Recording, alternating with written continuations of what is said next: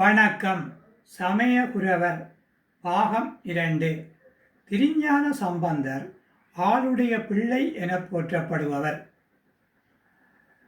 சத்புத்திர மார்க்கத்தில் நின்று சிறியை நெறியிலே இறைவனை வழிபட்டு 16 வயதில் வைகாசி மூல நாளில் சாமீப முத்தியினை பெற்றவர்.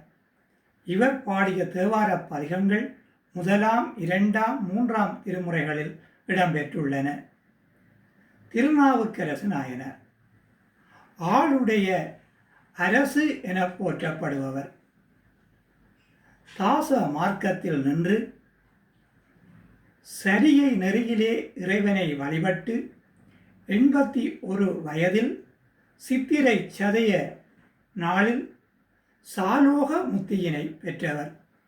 இவர் பாடிய தேவார பதிகங்கள் 4, 5, 6 திருமுறைகளில் இடம்பெற்றுள்ளன.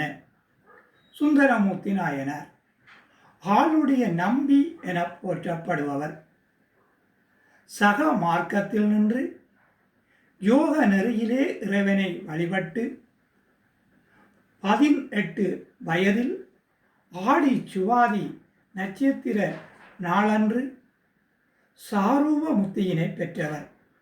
இவர் பாடிய தேவார பதிகங்கள் 7 திருமுறையில் இடம்பெற்றுள்ளன. மாணிக்க வாசகர்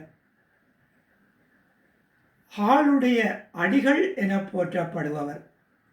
சன் மார்க்கத்தில் நின்று ஞான நெறியிலே இறைவனை வழிபட்டு 32 வயதில் ஆனி மக நட்சத்திர நாளன்று சாயுச்சிய முத்தியினை பெற்றவர்.